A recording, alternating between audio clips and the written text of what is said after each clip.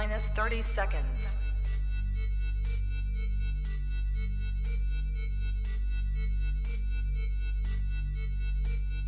T minus 20 seconds.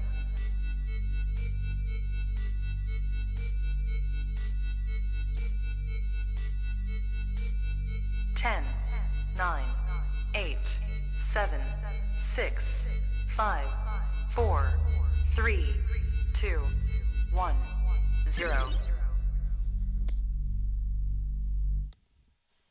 What is up, my Jesties, besties, my Jesticles, the Jest audience in the world?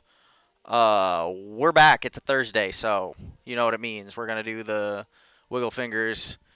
But we also have a couple of guests with us this fine Thursday, and you already know who the first one is. The first one, of course, is our boy Ted and Breakfast, Tedward Scissorhands, Ice Cream Teddy.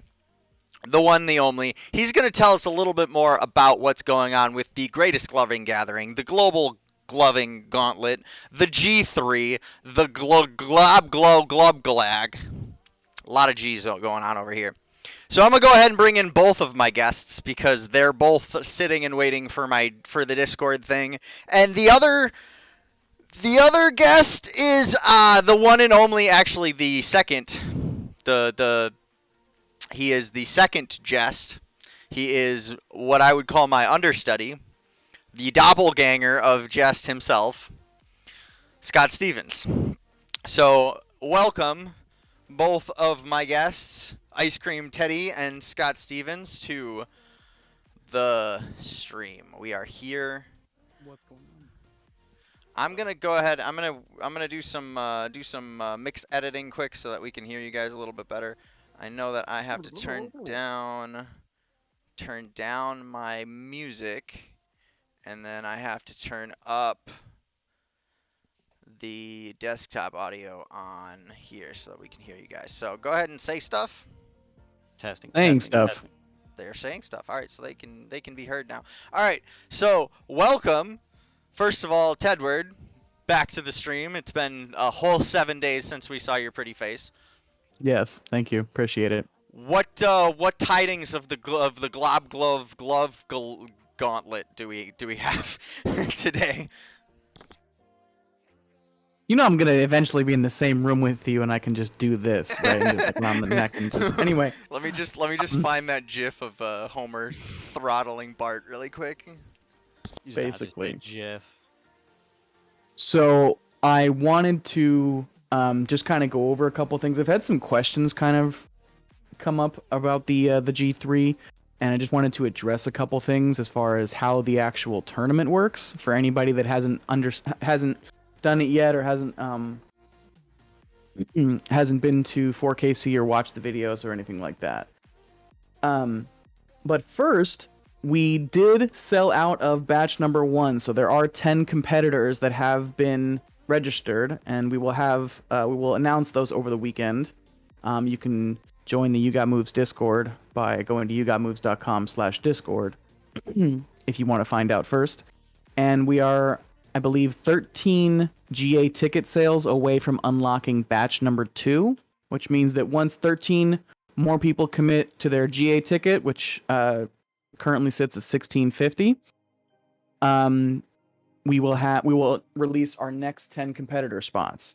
And we also have had one of the jersey competitor spots claimed already. So for anyone that does purchase the sponsor jersey, there are 8 tickets set aside. And if you would like to compete and purchase the jersey, then you would have access to one of those 8 spots. And any of those spots that are not sold beforehand, if we don't sell more than 8 jerseys to competitors, then those spots will be sold at the door. So there's a possibility there will be tournament entries available at the door, no which is something. These are going to sell out, guys. Get them now. There's zero possibility there will be any tournament entries at the door. Don't kid yourself. Get it now. This is true. He's right. I'm being pessimistic. Anyway, I also wanted to touch that the side event is going to be a dance event hosted by Animated J. This is going to feature a all-star five judge panel from different styles, from popping to tutting to creative and abstract dance to a general all-around, and we may even include a crumping judge in there too to judge the crowd energy. And I promise you that even though we've done one title before, we've never done two. We'll have a title for each event, and this is going to be a one-of-a-kind competition. So I promise I will have more specific details for you next week, unless Just wants me to go over how the rounds work. If anybody would like to do that. You know what? Let's save that information for the next time around, because I know that maybe we'll save it for the stream where you hang out for longer, because I know that information is going to take a little bit longer to actually get through. This is true. So we'll save the round info for when we are a little bit deeper into competitor ticket sales. So, if you have not already, smash the like button, share the stream with whomstatively ever you know might like to compete in the Global Gloving Gathering, the Global Gloving Gauntlet, the greatest Glover gathering of all time. Dave says, I purchased a jersey. How do I inform you that I don't want to compete? You have already done that, sir. Yep. Congratulations, you just did it. You just did it. That's really all it takes. We know you. We recognize your name, so you're good to go, my guy. And thank you for supporting by buying the jersey. Yeah, of course. We really appreciate that, Dave. You are, of course, as always, the stream MVP. Welcome back to the stream. Thank you so much for being here. Thanks for being here, JJ, right away, and flexing on Snaps, who's the moderator, but not even in here yet. VO, still not first, but close. Fwigs, what's up, Fwigs? That's what's up. So yeah, again, go ahead and share the stream with your local gloving community. We're gonna talk with Scotty here in a little bit about how to do camera stuff. But first things first, we have a pup reveal, I think. we have a pup reveal. This is Blondie. Hello, Blondie. She was being rather loud. Mike didn't pick it up, but everybody loves Blondie. Can we get a W in the chat for Blondie? PogChamp Blondie. You want to say something? Does Blondie want to say something to the people? Blondie, do you want to say something to us? Oh, now you're quiet. I understand. All right. Doggo is PogChamp. W Doggo. Excellent. We love to see it. Most excellent. So, is there anything else you want to mention that's pretty quick here about the G3, the Global Glover Gathering? It's tough to say fast. Listen, the Global Gloving Gauntlet. There you go. Hey, you love the name more than I mean, it's a great name. It is a great name, but it is also a mouthful. So it's catchy. It's catchy though. You better drill it there, bud. I do have one more announcement. Round number 5, which is basically the bubble round. This is the round right before prizes are given out. It's the quote unquote cutoff before the serious things happen, like 3-way battles. That round will be the light shows will be performed to a live performance. Live performance. We will have someone come in and they will do a live performance, and then that round will be a full song for each competitor. So we got a glove live to someone who's making music live. Wow. Correct. Double. Wait, explain. Like what? Like a DJ, or is it? Guess you'll just have to wait and see. That could be it could be any tear me number apart. of things. What if it's just like someone who's playing like Hambone the whole time? Great. Yeah, no, totally. It's going to be Dave Matthews cover band. Dave Matthews cover band. No, I'm just kidding. I'm just here kidding. for this. Turns out it's just John Mayer and a bunch of Muppets. All right. Well, on that note, on that note, John Mayer and a bunch of Muppets dressed up as the Grateful Dead. 100%. That's how it goes. How do we make this video? How do we make that a thing? I need that to be a thing on the internet. I believe in you. Well, on that note, I think that's about all I have for today. Well, thank you for being on the show, Tedward. It has been wonderful to hear from you. You'll probably be back next week with more interesting things to say about the G3 event, the Global Gloving Gauntlet. I would very much like to announce if batch number 2 is on sale next week. So if you haven't got your GA ticket and you know you're going no matter what, go ahead and grab it because it's still under $20. You really should not be waiting. It's a really huge help for us running the competition to actually pay for it when you guys grab your GA tickets ahead of time. So please do so that we can actually pull off this crazy, amazing event. Yes, this will not happen without your guys' support. So go and do the support thing, like Dave has. Take after your elders, and just get it early. Exactly. So this is why we respect our elders around here, right? Listen. 100%. Okay. So thanks again for being on the show, Tedward. We'll see you next time. See you later. Later. And that means we have the boy, the man, the doppelganger. So you have a better mustache than me right now. I will say that. That's a pretty fancy mustache you got going on there. I trimmed it too much the other day. I want to get the sides going, but I accidentally trimmed the sides. You got to get those handles, that handlebar going. The twirl. Yeah, one day I'm going to be able to compete with Wonka. Wonka has quite the twirl going on, I will say. Shouts out to Wonka's mustache. I want to be the Salvador Dali of gloving. Yeah. Yeah, it's funny. The best. Do we have a Gloving's Best Mustache Award? I think that should be. I mean, it's Wonka. I mean, it might be true, but that doesn't mean it can't be you someday. Listen. Oh yeah, it's gonna be me someday for sure. It's just I'm gonna need some time. Just nobody tell him that I'm going for it. All right, because then he'll train. He'll get on his game. Yeah, if he doesn't know, maybe he shaves it. Yeah, that seems unlikely, but it is a possibility. So we'll just have to see. I can only hope and pray. He thinks the only way he can win is if the competition shaves. That's a problem. I'm just a realist. I'm just being a realist here. All right. Well, let's talk about cameras. So listen, buying a camera is hard enough, but getting the right specs out of a video camera is even tougher when you're recording for light shows, because we have to break the conventional rules of lighting. If you are a would-be content creator in the gloving or flow art communities, you're noticing something that all of us who record our light shows or on anything other than the latest iPhone model will notice, and that is that lighting is weird.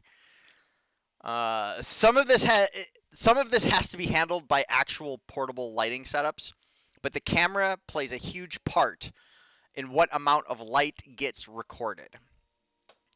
So according to Scotty over here, there were 7 or 6 things to really think about when it came to what kind of camera you would get. So I'm going to turn it over to Scotty for, do you have your list handy? Pulling it up right now. So he's pulling up his list right now. I'm going to turn it over to Scotty to talk about focal length, field of view, and how to keep everything in frame, and what kind of cameras you would want to look for, and that kind of thing. But that's number 1.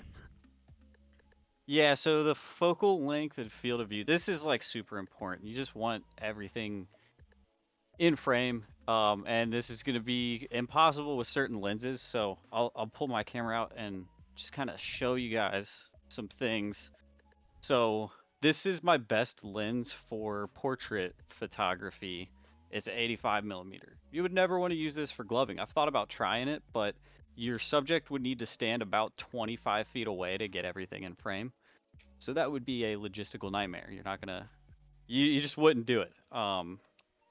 And now, how does the millimeter ratio work for cameras? What can someone expect to get out of a default, and what can they expect? What should they look for when they're trying to actually put a lens on their camera? Right. Good question. So the higher the number, the more zoomed in it's going to be, and you can even look up a focal length chart to actually show you how tight it is going to be depending on the distance. And so the first lens I got for this camera, I got this because it was really cheap. It was only a $200 lens, which for this camera, that's cheap. This lens was $3,000.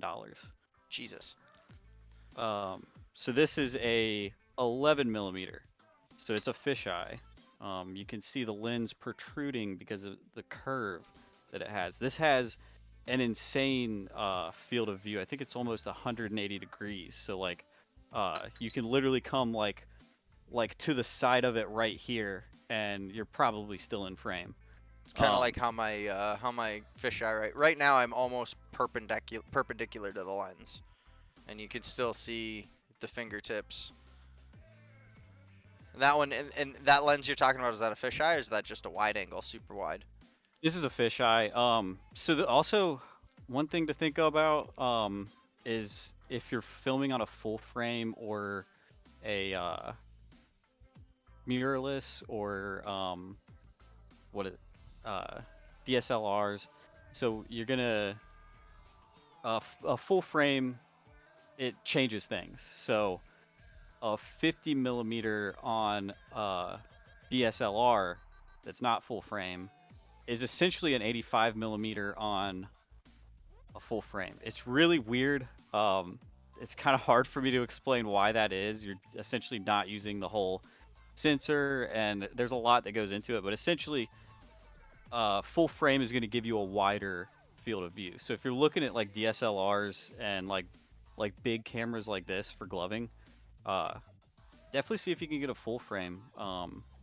They're typically more expensive, but it's if you got the money, it's definitely worth it. That essentially just And- lets you use more of the sensor, which means you can get more of the picture out of your file, right?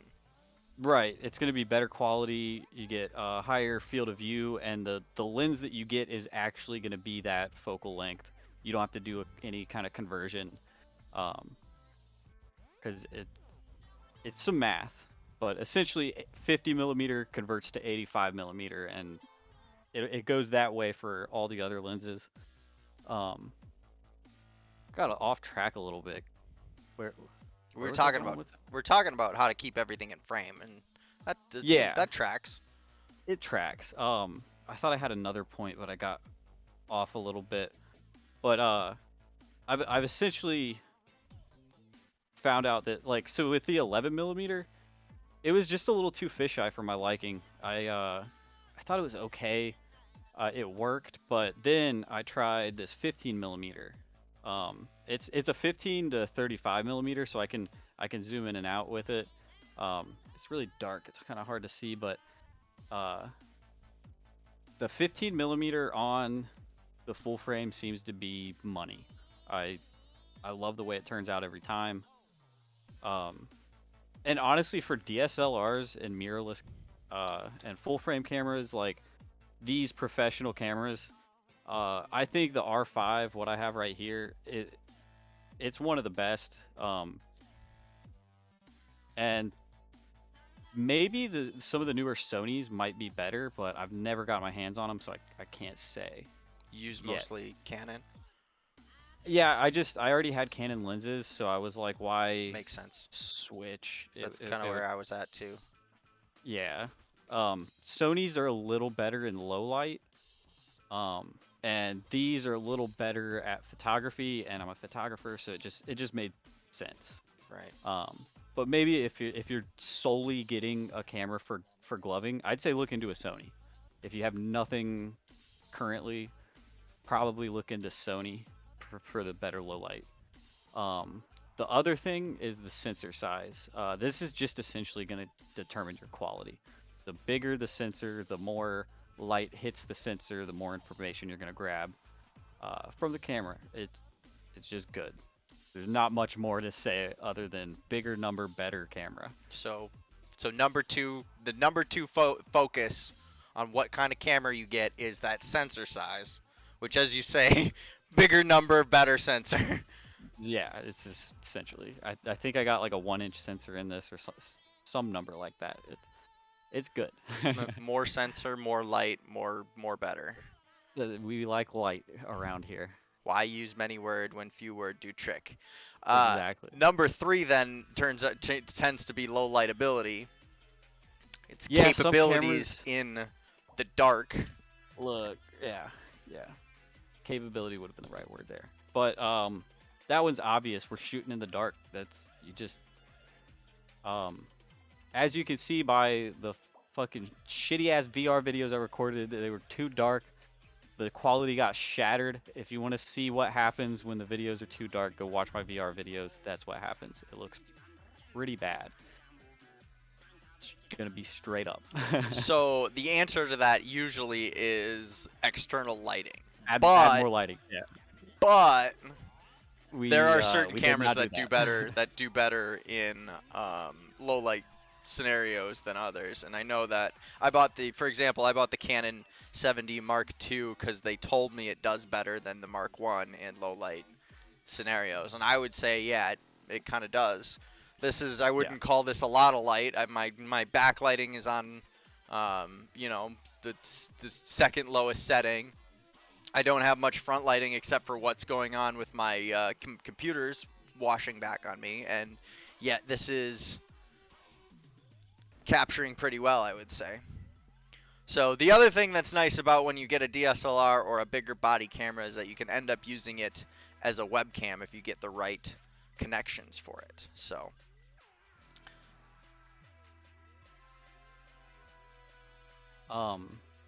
the next thing would be portability.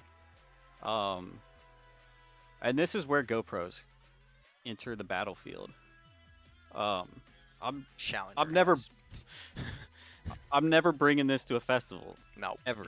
Nope. So I've brought my Canon cameras to festivals on multiple occasions, but it's come down to the point where the GoPro basically just does the same thing with less work.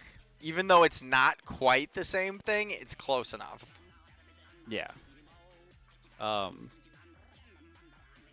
Yeah, so if that's what you're getting it for, if you're like, hey, I want to get a camera so I can snipe people at festivals, that's an obvious choice. Get a GoPro for sure. It does solid. Ease of use. Again, I think for these next 3, GoPro is just gonna fucking slay. Ease of use. This thing it's hard to figure out. It took me a while, and I do this shit for a living. I still haven't figured it all the way out. So, Well, with that's a GoPro, that's the beautiful thing about these expensive ass cameras is the more you dive into the settings, the more you realize you don't know about them. yeah, there's a lot of settings I don't even know what the fuck they're talking about. Like there's it's a lot. So yeah, GoPro wins ease of use. You hit the button, it does the thing. It There's really not much more to it really does work pretty easily, which is why most people buy GoPros for their action shots, and people who like to do things rather than film things usually end up buying a GoPro. So if that's you, these next 3 things are gonna come in real quick succession. Portability, ease of use, and the last one was the number 6 on the list was affordability. And affordability again comes down to GoPro because you don't have to buy a lens. You buy one thing, you get some extra batteries if you even need that, although you probably do need that because the batteries die real quick. Let's be honest with ourselves here. You get a couple extra batteries, you get a card, you get a camera, you're good to go. And it works in low light, it works pretty decently as a microphone. It hits all those boxes. The only thing that it doesn't do is, in my opinion, is the sensor size, and then it doesn't have those options for lenses, which is where your big boy comes in, your Canon comes in. Yeah. And so like if you take all of these factors into consideration, I mean it depends on how much you weigh these factors, right? everybody's different in what they want. I have both a GoPro and this thing, so I can Same. just do whatever I need to do at the time. But yeah, it just comes down to like what are your goals? If your goals is to go shoot festival snipes, just get a GoPro. If you're tight on money, just get a GoPro. Get an older version of a afford that. GoPro. Like Well, yeah, get an literally, older one. you buy last year's model. It's $100. Like Yeah, like a used one for $100 and you're good to go. realistically, it's just the easiest thing in the world to find. The Yeah. only thing I've noticed about GoPro is after a few years, after a few models, they do tend to brick them like iPhones, like old iPhones. But even then, it's not unusable. So Yeah, and I've heard of like a lot of like knockoff GoPros that seem to be pretty solid. Like a lot of people have been talking about those. So you could maybe do some research into that route, but I wouldn't dive into any like Facebook ads. yeah, definitely don't click the Facebook ads. That's how you get. That's how you get internet ads. We don't want Just internet ads. literally just scammed. You just get something and it's not what you paid for. Exactly. But if you do have a lot of money that you want to get like a really nice camera to shoot your gloving videos on, definitely just keep in mind about focal length. You want to, be between like 10 and 17 millimeters would probably be a good. I think somebody in chat said something like that. Yeah, Teddy was saying between 10 and 70 or 10 and 17 is a good number. So let's stick around. reiterate that then. So number one, under focal length and field of view, the best thing to look for is a lens with a millimeter range of 10 to 17, because that'll put you in that focal length of being close enough with the camera, but not too close that you're whapping it in order to get your shot. Am I right about that? Yeah, pretty much. And it's sensor size. Just make sure it has a good sensor. Most of the newer cameras have pretty good sensors. So you're not gonna see too much variety in that. But if you're like weighing two options and one has a bigger sensor, just go for the bigger sensor. Number two, bigger sensor. Just bigger is better. That's really bigger number, better sensor.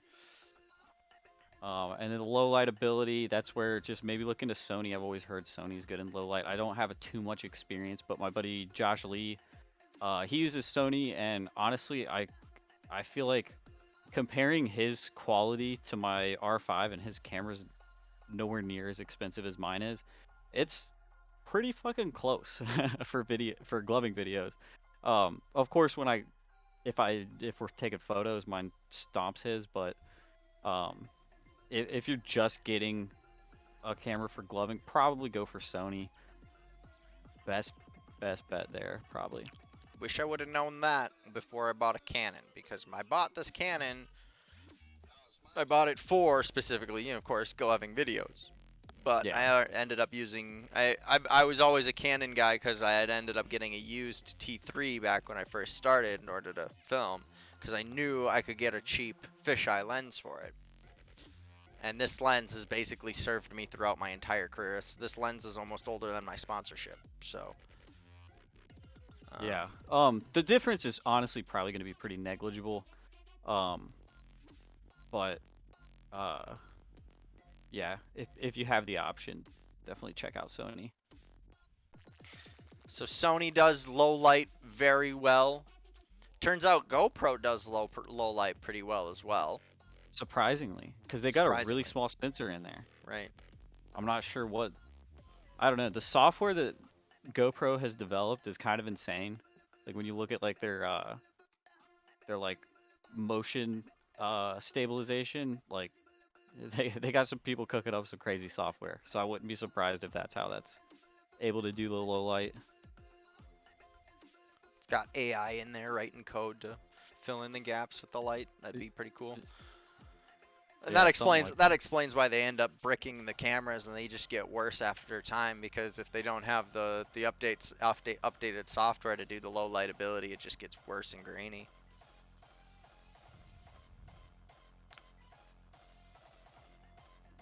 If anybody in chat has questions, we could take some questions because I've kind of laid a lot of stuff out, and I'm kind of not sure where else to take it from. But if anybody has like some questions about cameras, feel free to drop them in there. Well, the next thing that I definitely want to talk about is actually specific settings to get Okay. those better low light situations. But Yeah. before I do that, I want to remind everyone that you're a walking sack of water and that it is time to refill yourself. So hydration check, and then go ahead and smash the like button and share the stream so that everybody sees the announcement about G3 at the beginning of the stream.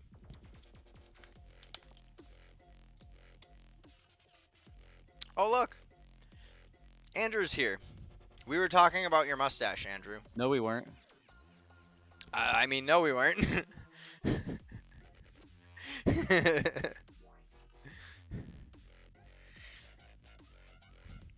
So about those settings. So about those settings. So yeah, the next thing we want to talk about is what kind of settings you can look for, what settings do, and how to make sure that whatever camera you have on you is set up specifically for getting those low light gloving shots. All right. I did kind of go over some of this before, so I will reiterate some of these things. Do you want me to talk about specifically low light settings, or just go through like all of the? So let's go through the scenarios. Okay, yeah. If you So, like- have lighting, what are you going to be looking for? If you don't have lighting, what are you going to be looking for? Maybe tell them specifically which settings you're going to need to change. Gotcha. We definitely need to talk about like things like f-stop and ISO and all that stuff, because I don't know what those things mean. I just know that I have to turn them to a specific number. For sure. So ISO is going to be a big factor when you're shooting with specific lighting factors. It's essentially brightens or darkens the image depending on how high the number is. The higher the number is, the more bright the image is going to be. The lower the number, the more dark the image is going to be. I think 100 ISO it's the lowest on most cameras. And what that would essentially entail is that you're shooting in daylight. So I would be surprised if you're ever going to hit 100 for a light show. I would be surprised. Unless you were filming with the original double bulbs, I definitely turned it down to at least 200 when I was trying to film with those double bulb E-chargers, because those things were fucking bright. Yeah, and so that's something to take into account too, is the brightness of your LEDs. You can play with more backlight and add more light into your scene if your lights are bright enough, and then you can darken the image on the camera to even it out. And that's one of the things that we definitely want to reiterate. If you can film in more light, because it's gonna make the quality better to take down the lighting in post than to try to raise the lighting in post, because eliminating data is always easier than trying to restore data. Exactly. And so yeah, if you can get that ISO as low as possible, your quality is going to be better. Pumping the ISO up causes a grainy image because you're artificially increasing the brightness. So add as much lighting as you can. As long as you can see the lights on your fingers, I'm happy with the shot as bright as possible. Like if I could still see gloves, let's keep making it bright. Dave says, "What kind of film do you use?" Yes, Dave, that's correct. In regards to the R5, I believe the A7S3 is relatively even. That could be true. JJ wants to know, why does the Sony A7 III put out better video through HDMI Live instead of direct upload? Yeah, I think I saw somebody, they had what seemed like a pretty solid answer for that if it's running off of the graphics, potentially. I'm not sure. Yeah, that's a weird thing to be happening. You know, I noticed I was actually getting a choppier quality when I plugged into my camera using the EOS program. So right now I'm running it off of the capture card, right? The DSLR is connected to my live stream via a HDMI capture card versus the USB upload into the EOS program. The EOS program seems like I was getting half as many frames versus actually being able to see these trails. Andrew, I am not super familiar with the DJI Osmo Pocket, but if you can find like a breakdown of the specs side by side, I could compare them and let you know which one I think's better.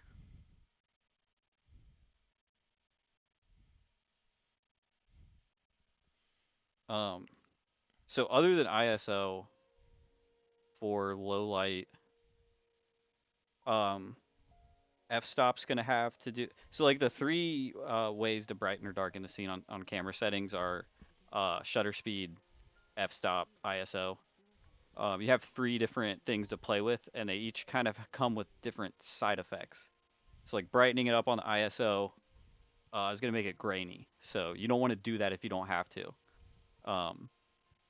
Brightening it up with the f-stop, so luckily it's like the same idea. The lower the number of the f-stop, the brighter it's going to be. The lower the number, the more open your aperture is going to be. And then as the number goes up, it gets closed in tighter and tighter, lets less light in. The side effect that you're going to get is when you open up the aperture really wide and let a lot of light in, it's going to shallow your depth of field. So the range that you have of getting an object in tight, sharp focus is going to get smaller and smaller. And so you'll have this thing happen where you're recording a light show and you focus on like just the fingertips, and then your body like kind of comes out of focus.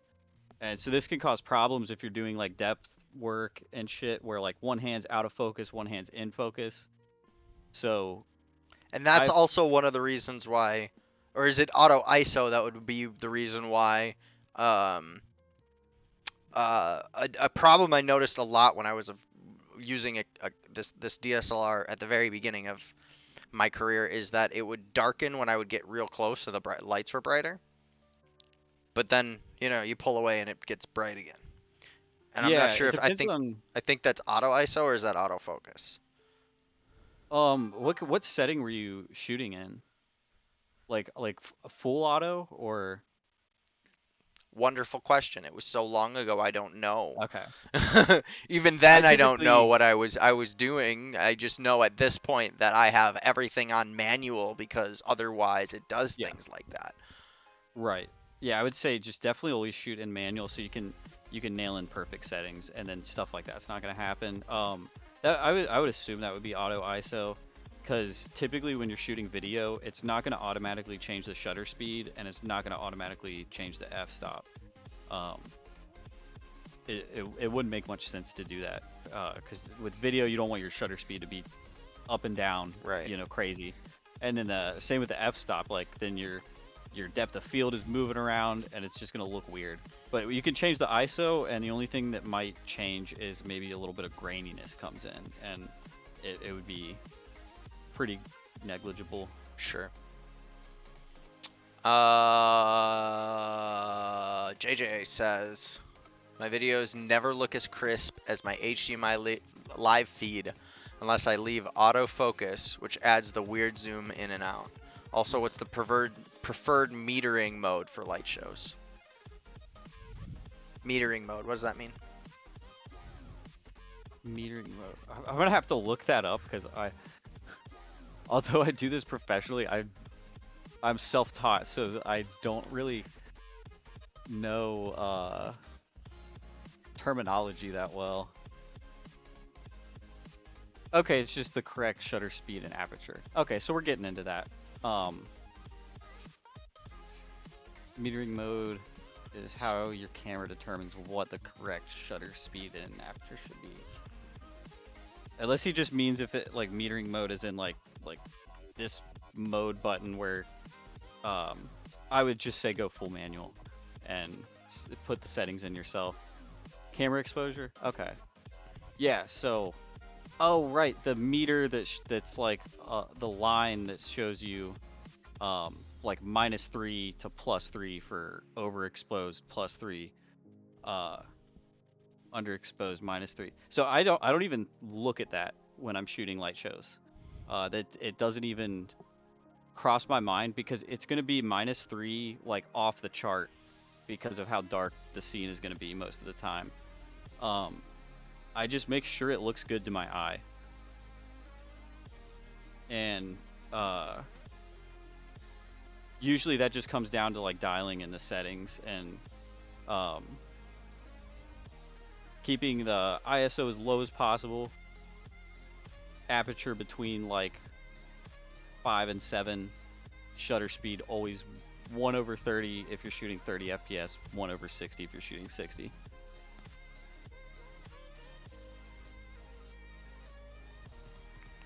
So basically, make sure you match your shutter speed and your frame rate, because otherwise you end up getting some weird choppy stuff like this. Yeah. Wait, no, that Yeah, was that was cool. Hang on a second. yeah, that did look pretty crisp. Yeah, I mean it's not gonna Why look does that- bad, but Why does that look better? Bro. Wait a second here. So throw a solid on though. That's where you can really see it. If you have a solid. I don't know if I have a solid on this set. Yeah, actually, this is mostly solid, so that answers your question. Yeah, you're just gonna get gaps where you might not want them. And I mean, honestly, any rules of photography and videography, feel free to break them. They're Like I'm saying, they're not. They're more like as a wise pirate Gesture. once said. They're more like guidelines. Yeah. This is how I would do it, but I mean, feel free to play around. Like, if you feel like your set needs a little bit more gappiness, go ahead and raise that shutter speed up. But yeah, you can tell the difference in how much light and how many frames are coming through when I change that. Yeah.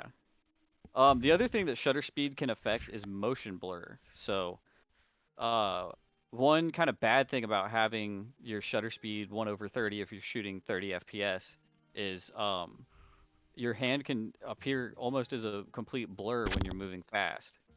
A lot of like the rule of thumb for most video scenarios is half of your shutter speed. Or double, my bad, double. So like you would shoot 1/60 for 30 FPS. So it's you're getting a little bit of motion blur, but not a lot. Old Dave asks, what can the Glover do to make the video look good? Practice. Be good at gloving. Get good. No, genuinely, if you just punch in the correct settings and have good lighting, then the quality will be decent. But yeah, it always comes down to practice at the end of the day. So, JJ says, I wish people would just frame themselves better. You know what, JJ? I wish people were smart too. But then again, I have misframed myself so many times. I have pressed play only to realize the card was full. I have thrown the best light show of my life only to realize I was completely out of the frame. I have just thrown the best light show of my life only to realize I didn't even press play in the first place. That's the one that gets me. That's the one that gets me all the time. I'm just like, yeah, I crushed it. Why is the red light not on? Wait a Oh, minute. God. Wait a minute. Why didn't I press play? Fucking Tough. happened to me at GFC. I like recorded one and I was like, that was perfect. Hell yeah. Didn't hit record. Fuck. Gotta hate that.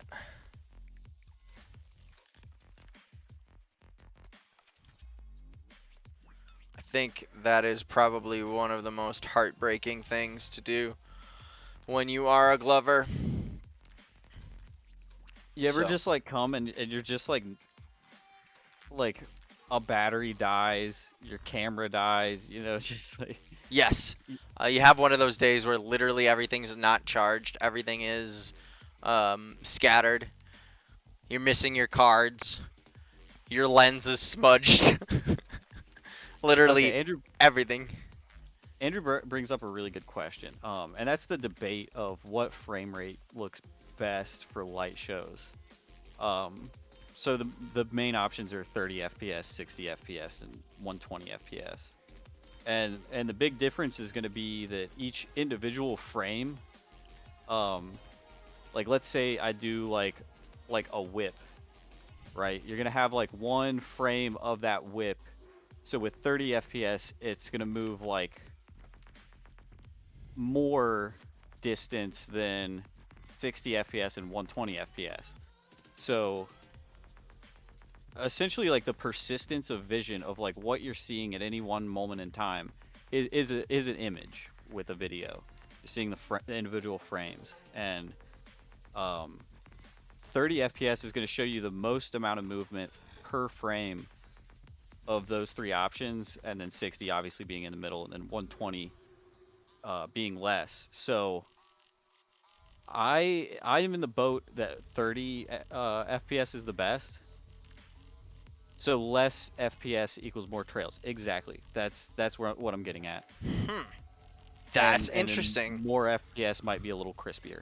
Yeah. So I should take down the FPS from 60 to 30. It depends. Interesting. This has been hotly debated. And I would say really just experiment, try all of them, and then just see which one looks best to you, and do that. Yeah, I suppose that's valid. It's all your own truth here, okay? Yeah. Find your truth. Hollywood uses 24 FPS most often. Yeah, that's what gives it the cinematic look. I know that if you go any lower than 24 FPS, it looks weird. I know this because I have tried many times to go lower than 24 FPS in order to make things slow motion, and that looks really weird. Which is why you should record in 120 FPS if you want to go to super slow motion. Yeah, typically the 24 FPS is used to give it like a dreamy look, because since you have that like more motion blur essentially per frame, it's gonna look a little like you're in a dream state. And then like if you're doing like a documentary or something, usually you're doing 60 FPS because you're showing, you know, real life shit. You wouldn't want it to look like somebody's watching a dream. Like you want to make the viewer think this is real life, because it is. Definitely real life here. These are high stakes. Yeah, and then that's where we can get into like creatively using these settings and creatively breaking some of these guidelines that I'm laying out to get certain effect. Like yeah, those ultra HD TV shows that seem like they're in like 120 FPS that just like weirdly uncanny valley. That's because of higher frame rates, right? Exactly. And it looks weird, doesn't it? It looks weird. It looks unnatural. uncomfortably natural. Like it looks clearer than if you were there, which is weird. Yeah. And honestly, probably the biggest reason that looks weird is because we're so used to 24 FPS. I mean, I suppose that makes sense. Like if we had always seen 60 FPS and then we saw 24 FPS, we'd be like, this looks like shit. Like, why is it so Probably, blurry? that's probably true. That is probably true. We are pretty much collectively conditioned to 24 FPS. Can we see your best bird move? Okay, so there's a couple of good bird moves, alright? So there's the classic bird move, and then you just flip it, right? But then this is my favorite bird move, right here.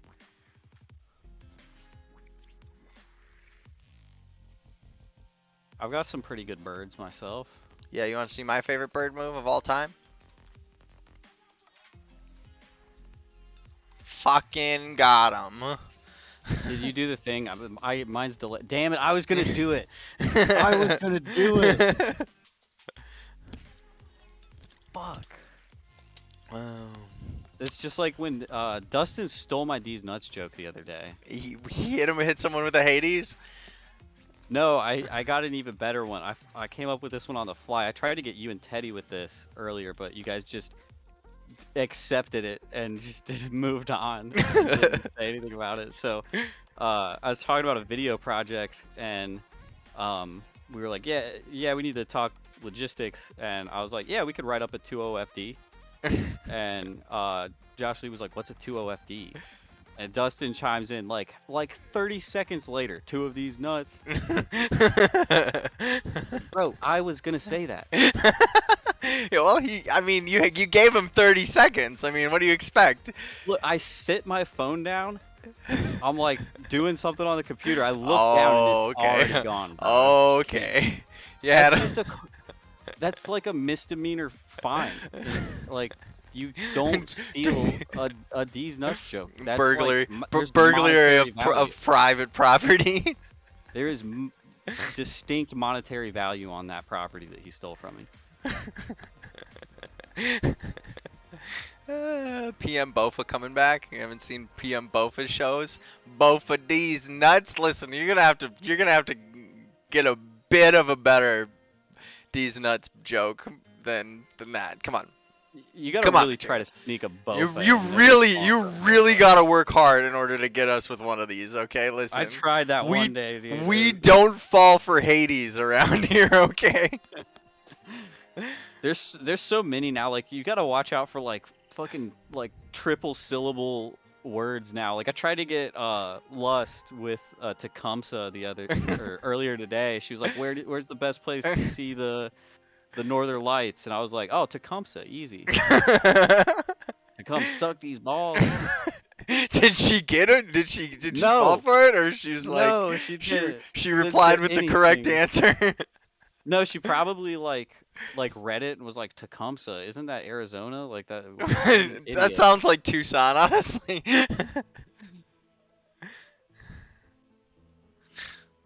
Wonka traded with PM Sagandi a few weeks ago. Sagandi's nuts! Listen, we cannot be got around here, okay? Not gonna lie, I died when I seen that screenshot of him saying, you ain't even got wires, bro. That's gotta be like the new phrase of like imagine gloving in 2022 and not having wires, bro. Like, what do you do? If someone would have told me that in 2022 and 2023, not having a wired set would have been the loser thing to do, would not have seen that one coming. That's a curveball for me. Yeah, I've been like, you're smoking crack, bro. What are you talking about? We ain't putting wires on our hands anymore.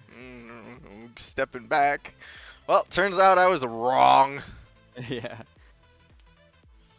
I mean, like, as long as they're good wires, it really doesn't feel that bad.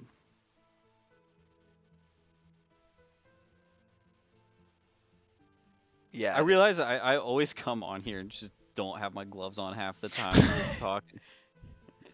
It's okay. That's what I was doing earlier too. You gotta make them wait for it, make them want it. Do you think we went over enough camera stuff? I feel like we covered a lot. We definitely covered quite a bit of camera stuff. We talked about camera stuff for at least 50 minutes here. Okay. Definitely covered the important settings, the things to look for when you are setting up for a light show. We didn't cover everything about cameras because not everything about cameras is, first of all, even anything we know about. But also, second of all, you don't need to know everything about cameras in order to make your light show look good on camera. You just need to know basically those 4 settings and put them in.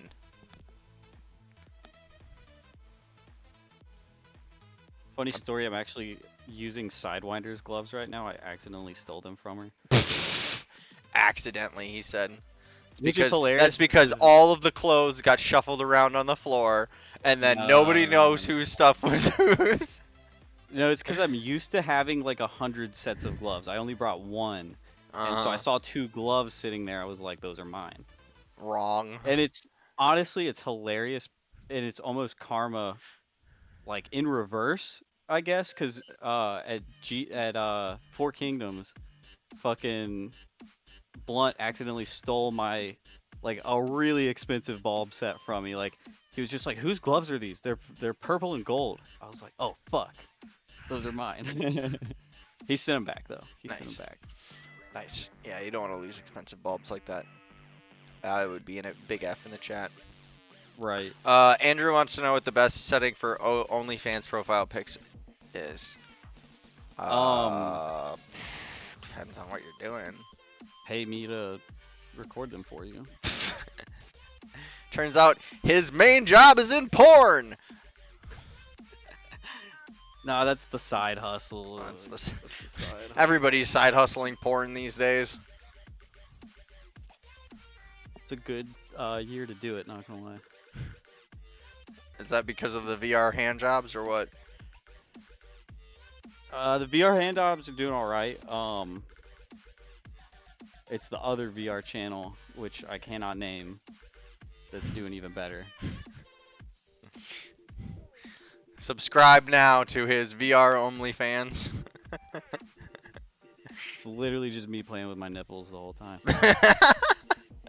Well, that's the kind of content that gets me because I don't have nipples, so I have to live vicariously through those of you who do.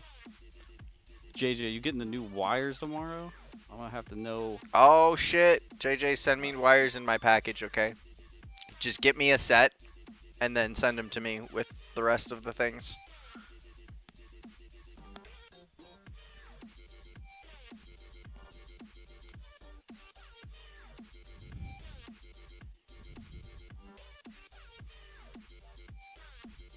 I'm curious what they're gonna look like. He was talking about these flat wires, and I think that would be nice. Like, just flat against your hand. I think that would be nice. We were also talking about using like white wires so they kind of hide. I feel like sometimes the Yeah, I said that black was a good sticks idea out. too. He Mhm. told me that idea about using white wires, and I was like, that's a keeper right there. Put a pin in that one. Save that one for later. I'd also like the green light on the back to go away. I've been thinking about just putting some electrical tape over it to just cover it up. You But don't like the green light? I hate it. I hate it. I want a programmable colored light, honestly. Yeah, it would be different if it was like a bright light that like seemed intentional. Right? Not just a. But it's like a dimmer green light, and it's a little out of place, and I don't know. I Suppose don't that like makes an sense. out of That makes sense. No, that makes sense. yeah. The second it left my mouth, you don't like the green light. I was like, oh, I definitely understand why you don't like the green light. Yeah, and I usually don't use green sets, I so don't it like like green kind of either. clashes with a lot of my colors. Typically don't use green, but there's green in this set right now because it's an RGB plus yellow and purple set on Gestival mode. Which, by the way, Gestival mode is going to either be the second or the third default, so that's cool. Hell yeah. I still haven't decided what set I want to send in. I've got 2 that are like candidates, but I also want to recreate this set that I have on my Atoms. Yeah. 'Cause it's just super juicy. I don't even know where my Atoms are. I got so many sets of gloves over here. That's not them. I've got too many sets of gloves. I need a way to label them so I know which one's which. Right. I have to like pick up 25 sets and be like, no, not those. Not I those." literally do need to get a wall rack of just like things to hang my gloves on. Dude, it's the move, honestly. So many light sets. I think it was Peter Howard that gave me the idea. He was like, dude, just get one of those like shoe racks. I literally, in that instant, went and Amazon one-clicked that shit.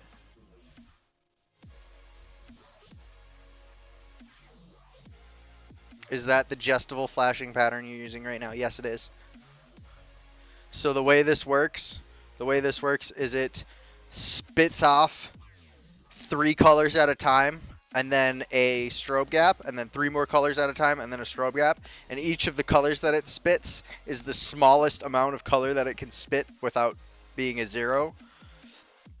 And then, so if you program 5 colors, which is what it's doing right now, you'll notice that it idly shifts through the colors, idly morphs through what color is flashing.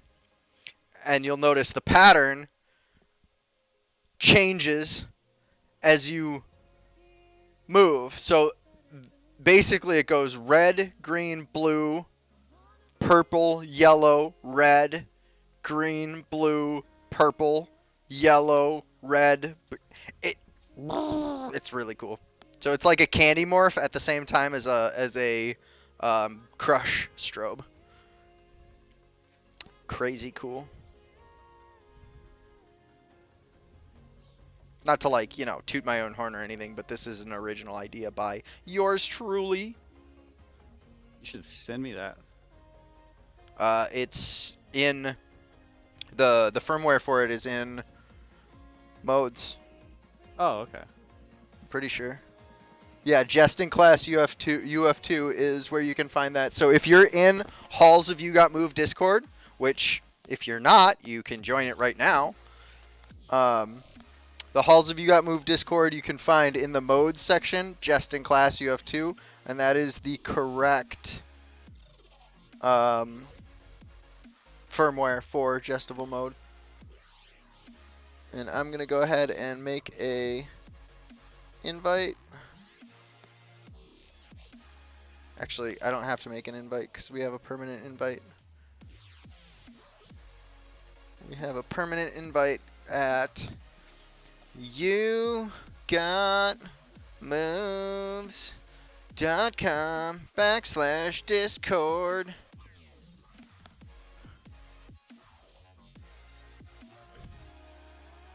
It looks like I'm morphing edge mode, kind of, more or less, yeah. JJ says I programmed 2 color set on my Gestival mode and it looks the set looks jizz. I like the blinky on the top LED. I'll have to try that out. I'm gonna do a lot of different programs for the Gestival mode because obviously there's so much that can be done with blanks inside of the pattern. JJ, you gotta send me the jizz set. I would really love to have that in my arsenal. The Gesticle set.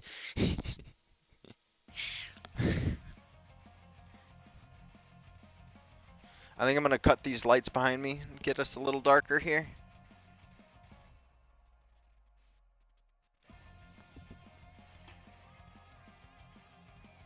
Give ourselves some trails to work with. I don't like that light behind me. Have you even tried the quad point cluster that I was talking about? The quad point cluster that you were talking about. This one? The quad isolation. But like actually involving the other fingers. So I'll try to do it. It like hurts my hand and my brain simultaneously, so it's kind of like I'm getting DP'd over here. But I'll do my best.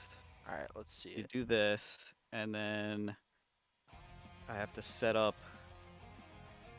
these over here, and this, or hold on. It takes me a second to figure this one out. It's such a hard cluster, dude. Like, so the idea is to do like a dual point isolation, right? So you're doing this. Sure.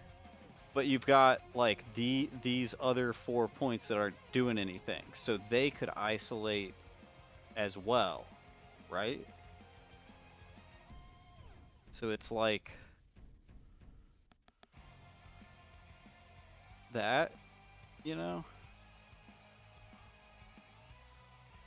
Where you're isolating like these 4 points at once. So like these 4 points, then these 4 points. And if I was better at it, I could walk it like around the grid like that.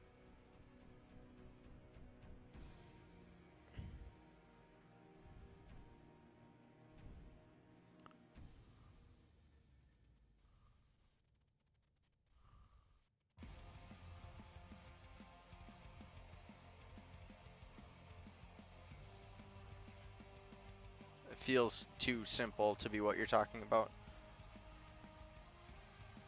No, but that's fucking dope too. So like the starting position is so if you're here, you need to bring these down and these down. And now you're kind of like cocked like a gun here. So you can go these 4 points, then these 4 points. And like this is the like Okay, I think I kind see of what you're isolation. saying. I think I see what you're saying here. Like this is like one step of the isolation, and then the other step would be being able to like do that kind of a movement, but it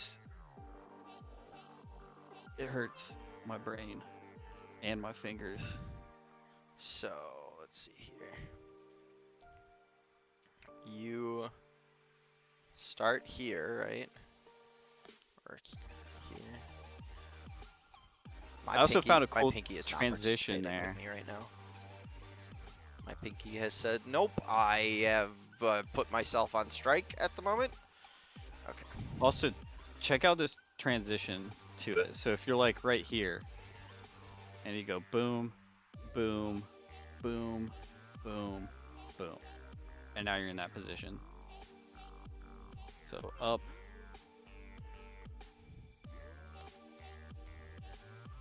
Yeah, yeah, you could just find your way there. Like, Just work your way over. And then this and this, right? Or over here. yeah, and then your other hand needs to bop.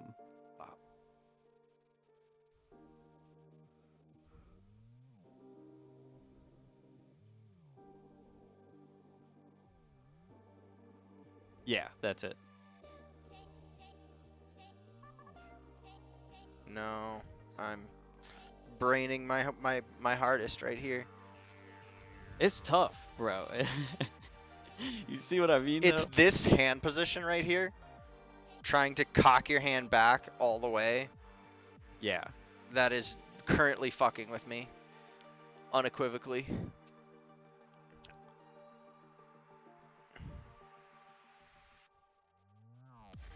I'll attempt it one more time.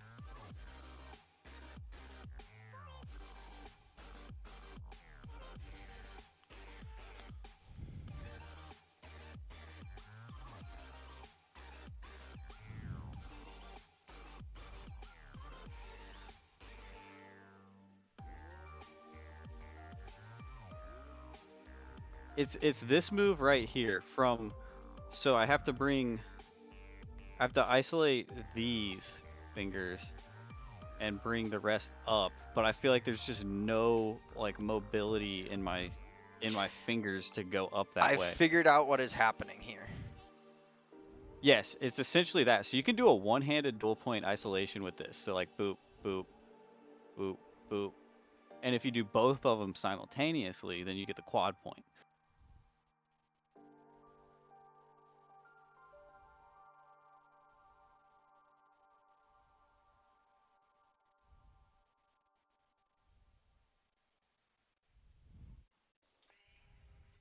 Yeah, that hurts. Okay, good to know. It hurts That's where very we drill. badly. That's where we start drilling.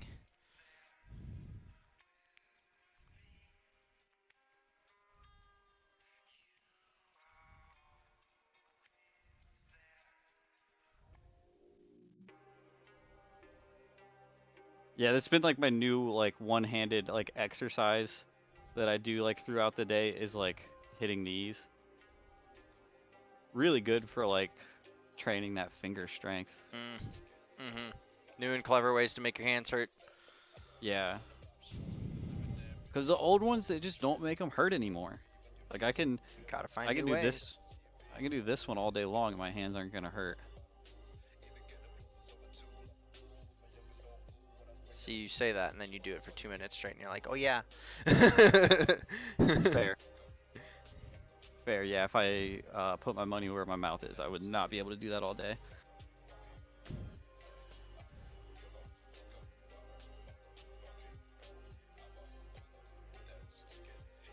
Yeah, that one's difficult, getting both of them to work at the same time.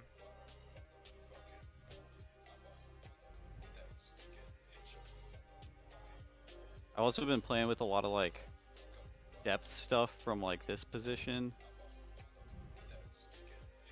Yeah, depth things are kind of where I'm at too. Just like planting, platforming, repositioning. All that Yeah. stuff is real good. Real good for making old moves look new. But when we talking about new moves, you are correct.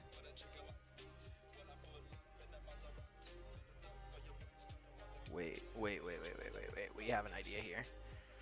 So the thing is,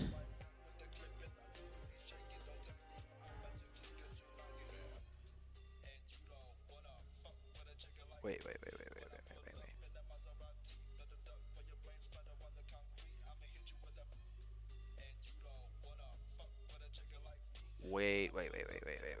Wait for it.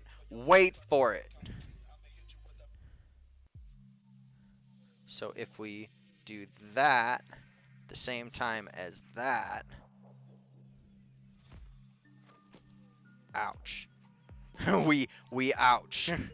It hurts. So there's something there. There is something there for sure. We just gotta flesh it out and find Yeah, where give it me goes. like. I'll come back on in like a year and I'll have it down. For real. Usually takes. That's where it is right there. So that and that at the same time as that puts you switching which is creating the box and which are on the outside pushed in. Box. Box.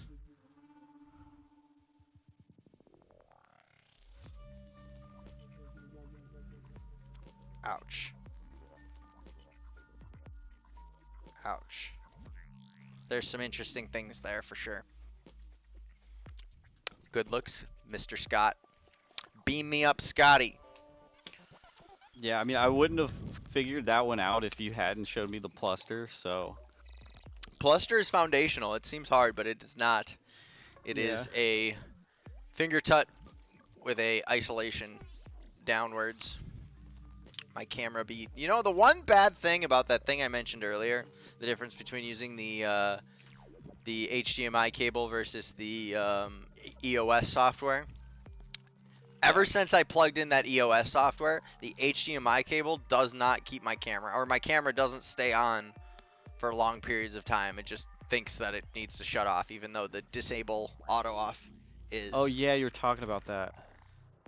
When yeah, I'm. Did you check the BOFA settings? I did. I checked the BOFA settings. Both of these nuts are in your mouth.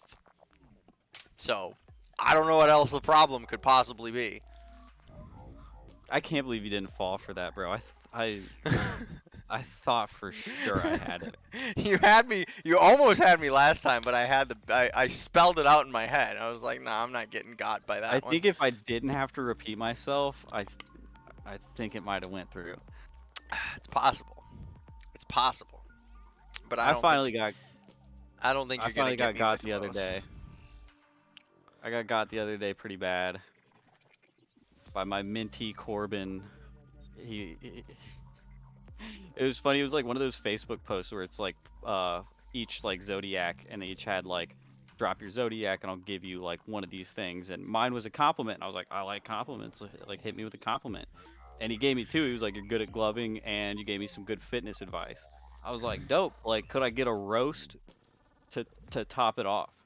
And he was like, fitting his dick in your mouth. And I was like, damn. Too bro, good. You set him wasn't up even for it trying. too. I set him up. He Yeah. wasn't even going for it, bro. I fucking. You asked for it and he delivered. I asked for it and he delivered it, and it did fit in my mouth. Wow. Amazing. Amazing.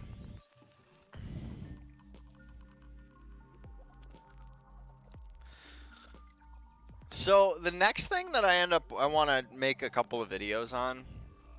I actually have a couple of ideas for videos. Maybe you guys can Give me some suggestions here. Suggestions.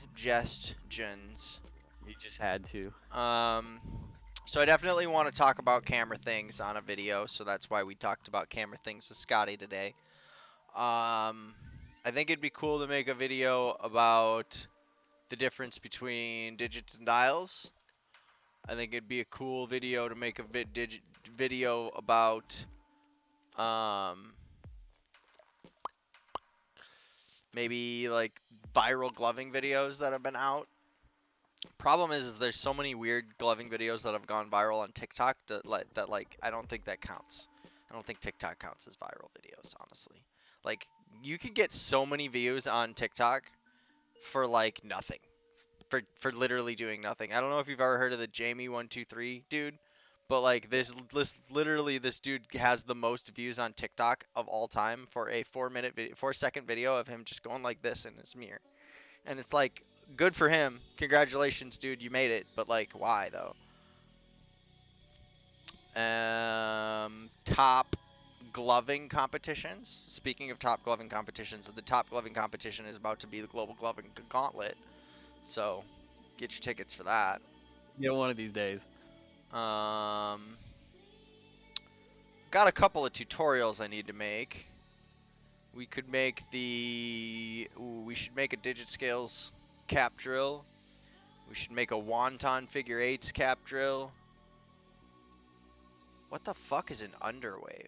You know what? Sometimes I write things on my list of videos, and I'm just like, I go back later and I'm like, I have no idea what that means. What is an underwave? Can anyone tell me what an underwave is? Underwave these nuts. Underwave. That one doesn't even make sense. All right, listen. I know. The point isolate. So let's see here. We got digit scales, which are as simple as obviously hitting every spot on the digit scale. Simply, of course, obviously, and simply. And then wonton figure eights with digit variations.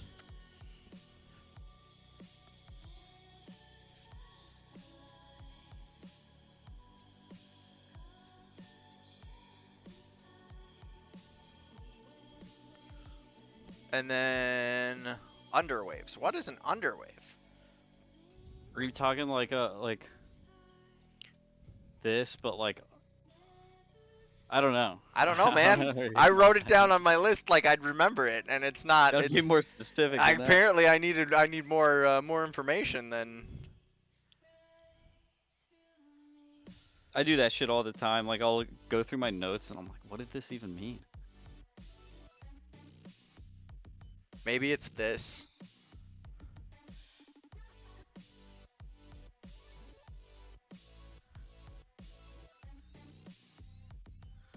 Yeah. Might be this. Because that's kind of a cap drill. It's really simple. And it feels like I'm going under something and waving. I don't know. I'm just trying to remember at this point. Point isolation circle move. So if you're doing a circle move, right? But if you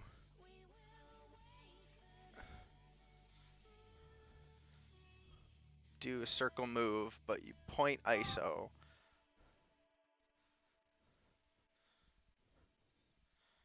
it ends up looking like a whip or a rotation, a weird rotation. So there's that one. The Step Machine 2 Electric Flipperoo. That one I can tell you exactly what the Step Machine 2 Electric Flipperoo is. All right, here we go. Step Machine 2 Electric Flipperoo. 1, 2, 3, 4. That's the Electric Flipperoo. 5, 6, 7, 8, 9, 10, 11, 12. Onto the other side. 1, 2, 3, 4, 5, 6, 7, 8, 9, 10. Yeah, we'll figure out how many steps that is. But that's the step machine number 2 electric flipperoo.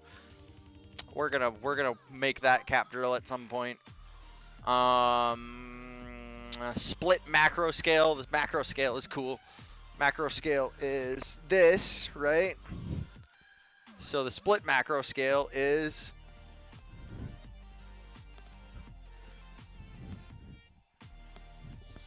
yeah. So we got a couple of cap drill ideas coming up here. Maybe I will take the opportunity to film some of this stuff while I have cool backdrops while I go to Florida next week. By the way, I'm going to Florida next week. That's cool. I'm going to be in Orlando for the weekend. I go out Friday night, come back Monday morning. Very excited for that. So hopefully I'll get some cool videos. I'm going to go to Disney and spin my lightsabers in front of the Star Wars stuff. That's going to be fun. Hell yeah. Is that for Forbidden Kingdom? Oh, wait, no. Forbidden Kingdom's in May. It's just because. Okay.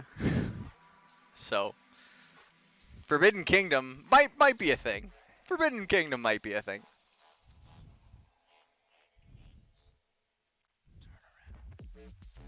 Those cap drills look fucking sick, though. I really like disconnected tuts like that.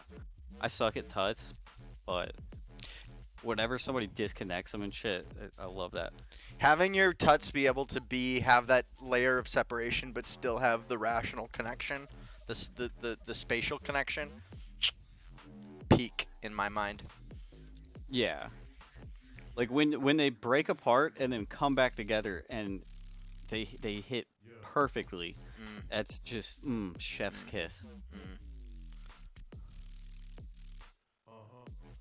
I'm gonna call this next cap that I'm writing down here the Psych Illusion. Oh, are you? Because it was the one that I showed you a while back for one of our lessons. Remember this? Do you remember? Yeah. So the way it goes is 1, 2, 3. Wait, there's more to that. There's more to it than that. Dude, there was a ton to it. You got super deep in that. It could have been the Step Machine 3, realistically. So there's a lot that we can do with this one because there's the backwards version. Yeah, you go like that or something. That one was nuts. We like ran through it and my brain was just broken by the end of it.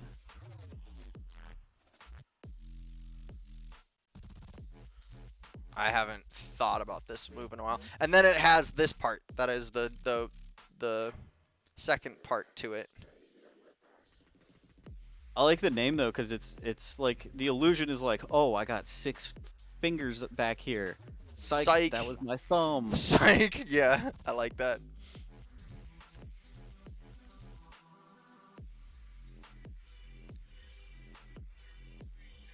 My problem with that move is I often have a contrasting color on my thumb, so it like gives it away. It just spoils it, yeah. Spoils the illusion. Yeah. I did like when it was like where you break it into the 4 and kind of move it around. Yeah, that's my favorite part of it is breaking it into the 4 because the 4 when you shift and rotate, when you're in this position right here, this is the place where just pushing forward on 2 fingers and switching which fingers are on top lets you switch perfectly between which hand is doing the faceplate and which hand is doing the illusion. And so that honestly that's another capture I want to do. It inspired me to discover, what is it, this one, where I like... Ooh, the pushover, the push rotation. And you could even like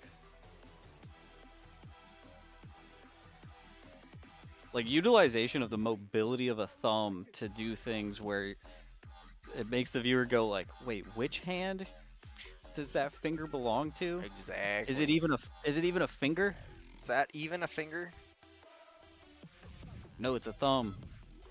Are you in the boat of thumb's not a finger, or are you thumb is a finger gang? Depends on how many joints you have in your thumb and how much you can move it. My finger or my thumb is not a finger. The way it moves is not a finger. Some people have thumbs that just do not work like normal thumbs. Like R-Dub. R-Dub was doing some crazy finger work at the Texas meetup. I was just like, what? Which thumb is that? It was like, I would think it's his left thumb, and it ended up being his right thumb. And then I thought his right thumb was his left thumb. And I was like, He I don't. definitely has crazy thumb integration. And then I thought he had 3 thumbs, and Turns out he just pulled his dick out. yeah, it turns out it was his dick. Weird that it's as small as a thumb. Sorry, Ardub. Sorry. I'm double jointed in the opposite ways on both sides thumbs. It drives me insane. Well, that means your thumbs are not thumbs; they're fingers. Do you think that like double jointed thumb, where like you know how some people's thumbs go like at a 90-degree angle backwards? Do you think that's a disadvantage in gloving? 90-degree backwards? Yeah. That would Have be you ever seen people absolutely like be that? an advantage. What do you mean? Any extra range of motion? Any extra range of motion on fingers is an advantage in gloving. I don't care. That's fair, but I've heard some people that have that, and they say like if they try to hit an angle like this, their thumb instinctively goes backwards. Well, and it then looks all just goofy. learn to not do that.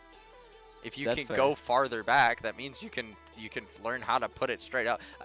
That seems that seems counterintuitive to me, counterproductive to me. It's like, well, my thumb is better. My thumb does more, so that's a problem. How? Just put it back where it's supposed to be. I'm with you, cause like a lot of people were like, you know how Mega Sloth's fucking his wrist goes Exactly. like at a 45-degree angle Perfect backwards. example of someone who has extra range of motion that he should not have, and because of that he just ends up looking cleaner. Like his hands probably instinctively can go back to fucking here, but he puts them perfectly flat. Why? Because he can. Yeah.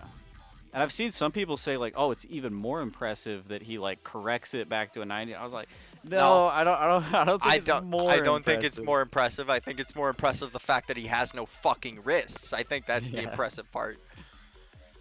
I mean, there's a lot of things impressive about him, but I don't think that being considered a disadvantage makes it more impressive. I think that is clearly an advantage. Right.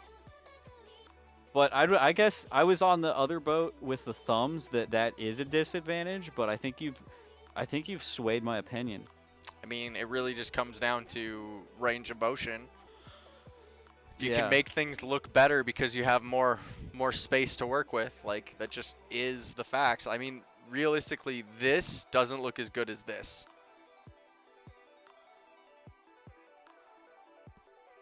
Yeah. And it's all about range of motion, just or how much space you have the ability to take up with your fingertips. Yeah, more range of motion is never a bad thing. We're not mad about more range of motion. Definitely not mad about more range of motion. All right, guys, take the opportunity to refill yourself. I'm gonna grab another bottle of water here. That means you're leaving me alone with the stream? Oh no. What could possibly go wrong?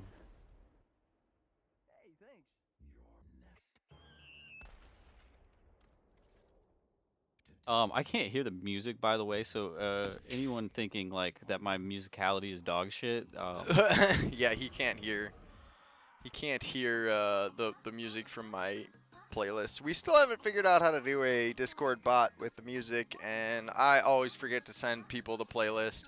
But it is the same playlist, so if you go to my YouTube channel and type in Best Music Mix of 2021, it will come up what we are listening to. don't call me Josh number 2, bro.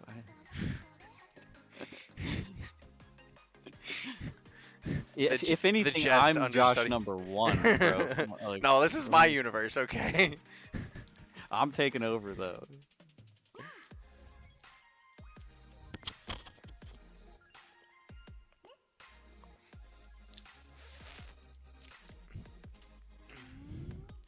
I want to remind people, actually, that if you purchase white gloves during the stream from yougotmoves.com/gloves, that I will send you extra stuff. And actually, we are going to be discounting the white gloves. They're going to go down to $20 shipped for a pack of 5 gloves. So that's going to be happening. If it hasn't already happened on the website, that's going to be happening shortly. I will actually pester Teddy to do it right now, just in case you're trying to take advantage of the stream deal.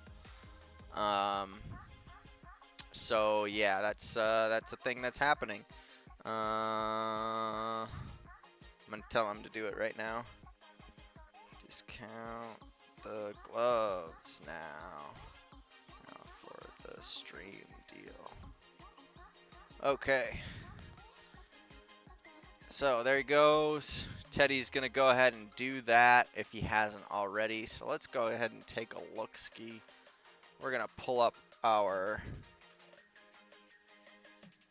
yougotmoves.com. You can check out the global gloving gauntlet. There's all sorts of cool stuff on this landing page. But what we're talking about right now is the You Got Moves branded white gloves, which are going to go down $5, $4.99 any minute now. So yeah, you can feel free to wait until they get fixed. But if I see any of your guys' names show up in the white glove purchase feed for You Got Moves, I will know, and I will provide you with the stream deal. So don't forget yougotmoves.com/gloves to get your branded white gloves and get a special extra bonus with it. I'm about to check how many whites I have left. I've gone through so many whites and batteries, dude. It's insane. Like, I don't want to see how much money I've spent on that shit. I'm a bit of a Probably diva. 1,000. Yeah, I'm a bit of a diva when it comes to white gloves. I will, especially at a festival, I will change multiple times a night because I don't like being dirty. That's kind of insane. I'll go, like, every time I change my batteries, I'll change the whites too. Are you going, like, multiple whites per battery fill up? Oh, for sure. That's crazy. At a festival, guaranteed. I'll do, like I said, I'll do one set of batteries for the weekend usually, and then two definitely sets of whites per night. Especially if I put my hands in some shit, because I always end up walking around with my lights on or like touching people and like shaking hands and stuff. And I also love the new glove feel. I give the best light show of the night when I put the gloves in for the first time and then put them on for the first time. That's always the best light show. So if I can get multiple of those per night, absolutely gonna do that. That's fair. I usually, I don't really walk around with my gloves on, and then I specifically avoid touching things with the gloves if I have that option. I used to be a lot more considerate of that, careful with that, but it is now to the point where, especially with amazing whites, I have way more amazing whites than I know what to do with. Fuck it, change that shit. Fair. There's a picture I posted on Glover's Lounge after the first Lost Lands that I went to, and it was before I had figured out that that's what happens to whites. And I have a set of whites that are just gross, just devastated. Yeah, I hate and then I'm to like, see I it. might have gave people pink eye with that, bro. They're Damn. All right, so I have just been informed. The white gloves have just been changed to $19.95 for a pack of 5. So you can go ahead and take advantage of the stream deal right now and get your You Got Moves branded white gloves 5-pack for $19.95, including the shipping cost. So, good for you guys to take advantage of the deal. It also goes to helping support the Global Gloving Gauntlet. Great glove gathering.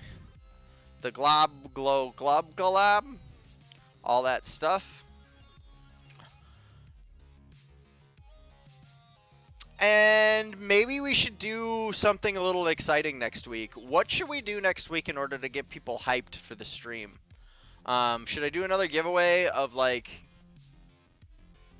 easy lights and books and whites and batteries and stuff?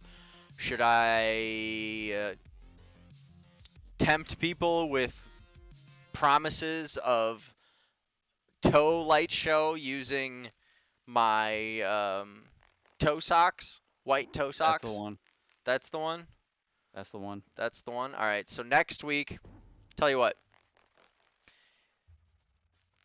If this stream gets to 20 likes, it's at 14. It's not a big ask, you guys. It's really not a big ask. If this stream gets to 20 likes, because you guys shared it and more people watched it, even after the fact, by the time next week of the stream, next week, if this stream has 20 likes, I will do a toe show. That's gonna happen. That is a promise. But we have to be reaching some milestones here, my guys, because we're actually doing a pretty good job, I would say. Actually, some of my short videos are popping off a little bit and getting us that watch time, but we are just over 2,000 hours, 2,200 hours of public watch time when we need to be at 4,000 hours of public watch time, and in order to make this YouTube thing viable here. So that's our goal right now, is to get to that watch time and to do it in a way that you guys actually enjoy watching the content. So if you have any other suggestions of things that you would just watch ridiculously over and over again, let me know, because I will do stupid stuff and put it on the internet if my pendulum video is anything to say about it. I think we both have that in common a little bit. We certainly do. We certainly do. Speaking of which, I've tried to post that pendulum video on TikTok like 3 or 4 times, and TikTok literally, it sees the video and says, I'm not showing this to anyone. And I know this because it's been hours that the video is up on TikTok and it still has 0 views. Versus the video that I posted right before it, right now is sitting at 8,000 views. So explain that to me. and they people are clicking on that. They won't. They haven't. And it's not that like, it's not like they took the video down, because they haven't sent me any community guideline strikes or any indication the video isn't even up. They're just not showing it to anyone. They shadow blocked you. If Dave says so, just email me the video. I mean, it's out there.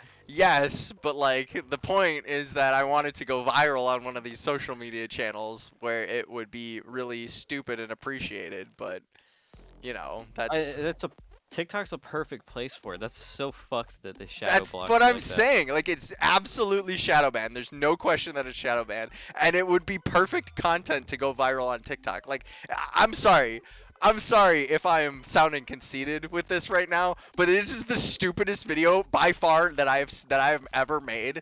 The stupidest thing, and it's funny. So why is it not going viral? Explain to me, someone, please. They banned you. Like, the only thing I can think of is shadow banning, because why else would it get 0 views? 0 views. It's gotta be, yeah. Tragic. Do it on an alt TikTok account? Maybe I should try that. I'll have to try that and see what happens. Actually, you know what I did is I sent it to Alex Chavez. Alex Chavez is Flow Arts on TikTok, and he has like almost a million followers on TikTok. And I'm like, all right, if you can post this and it gets 0 views, then we're absolutely having a problem here. Is that what happened? Or has he not posted it yet? I don't think he's posted it yet, but he said he was going to today at some point, so. His account just gets permanently banned. Oh god, I would feel so bad for him, but at the same time that'd be like really funny. It just couldn't be a nicer guy to just absolutely shatter his hopes and dreams.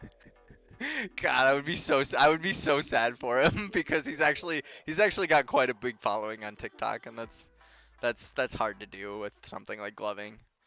But like the algorithm really likes him. Like he'll post like 3 or 4 videos of the same sound, different versions, different takes of the same sound, and 2 or 3 of them will blow up. He had a million view video just 3 days ago. It's like I have to go check that out. it's kind of crazy. Like he's got the algorithm figured out somehow, and it's working for him. But whenever I try to post shit, it's just like, nah, dog, you may not post that stupid viral video. I am not gonna show it to anyone. They're like, you can post it. We ain't showing it to anybody though.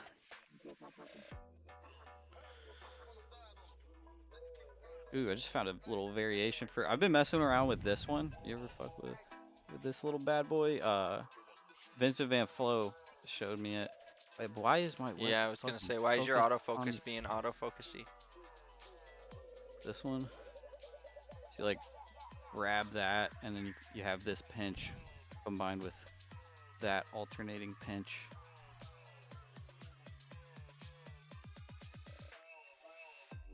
But I was like, what if I add the pinky in there with it just for a little extra movement? Always add extra movement. Unless it's unwarranted movement. Please use FedEx. Okay, sounds good.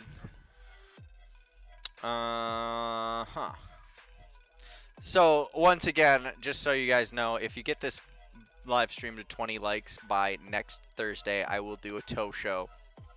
But we need to be hitting these milestones. So, go ahead and share the stream, like the video, share it with your mom, share it with your dad, share it with your brother, share it with your grandma, share it with your gloving community.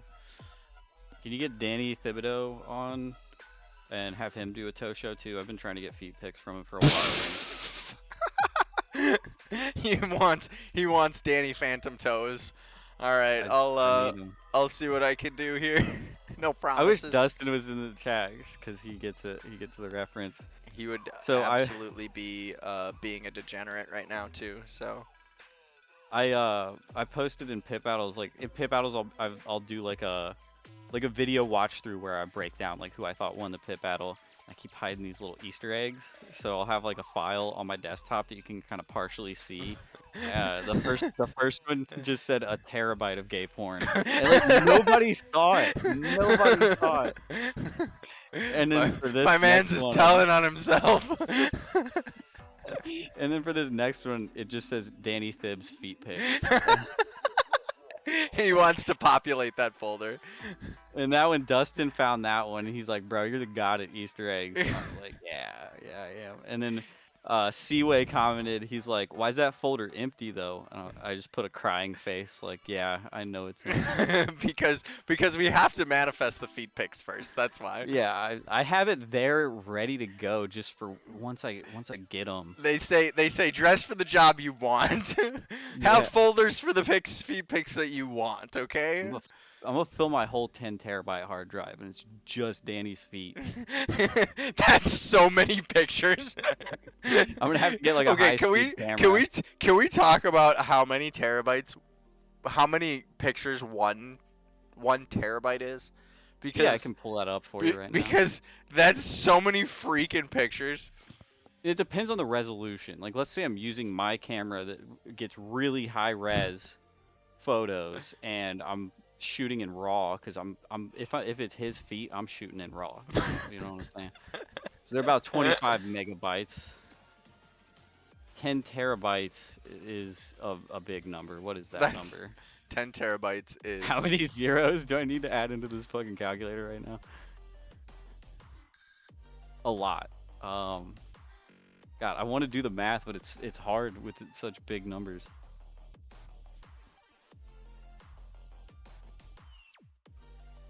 One e to the 7th. Jeez. It's using a different notation that I am very familiar with right now. Dave, no. Dave just said shooting raw. Google that. Do not Google that. We're calculating feet pic math. Yes, this is the degeneracy of our chat right now. Okay. Okay, it's not that big of a number. That's just a million. Okay. It wouldn't be that many, actually. It's just a million pictures. That's all. No, it would be 400,000. I only need to get 400,000. That's not that bad. That's not that bad, he says. We can knock Just that out in a day. Just shoot that many. Just shoot in rapid fire and just point and click.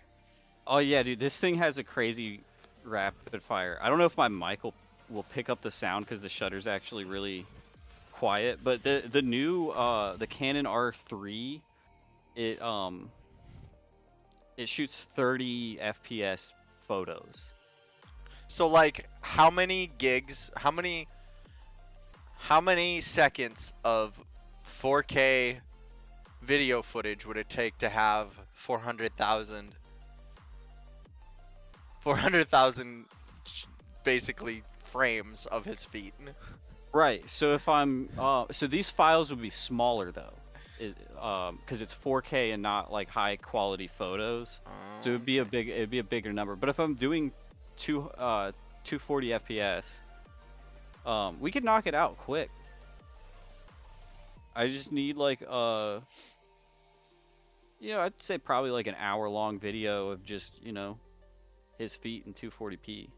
I think these are the word problems that need to be added to the new generation's high school textbooks. Because let's be honest here, if we were doing math in high school about feet pics, I absolutely would have paid more attention. So It's a math question on like a kindergarten paper. How many of Danny's feet pics does it take to fill up Scott's hard drive? turns out FPS stands for feet per second. So Oh man, Dustin picked the wrong fucking podcast to miss out on. yeah, for real. Where's our boy? Same. Talked all about feet pics, and he's missing out.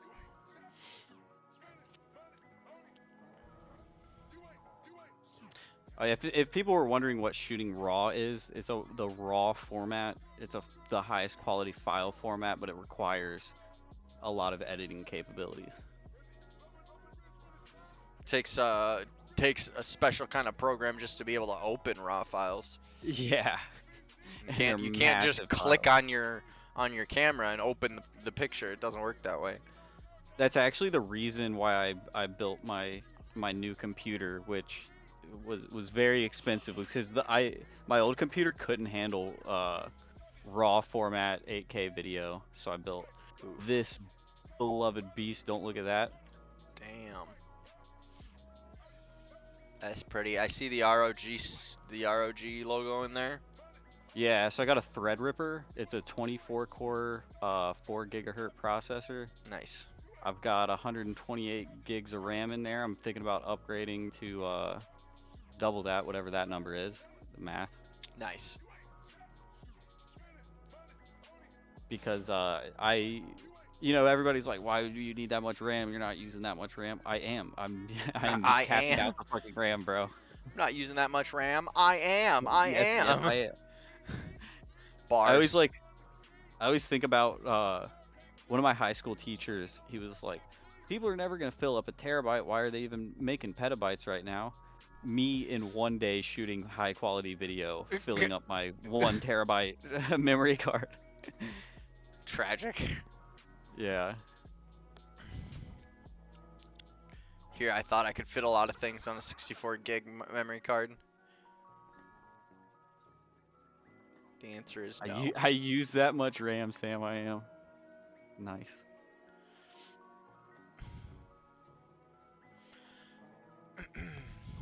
Oh shit, we're at 18. We are at 18. Y'all really want those feet shows next week, huh? Well, Especially good. me. Are you familiar with League of Legends at all? Am I familiar with League of Legends? Yes, I am familiar with self-harm. Thank you. If my camera will focus. Why don't you have it on manual focus?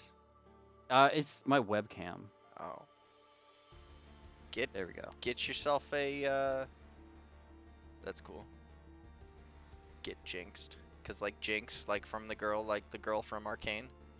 Yeah, I'm a Jinx one trick on League. Oh shit.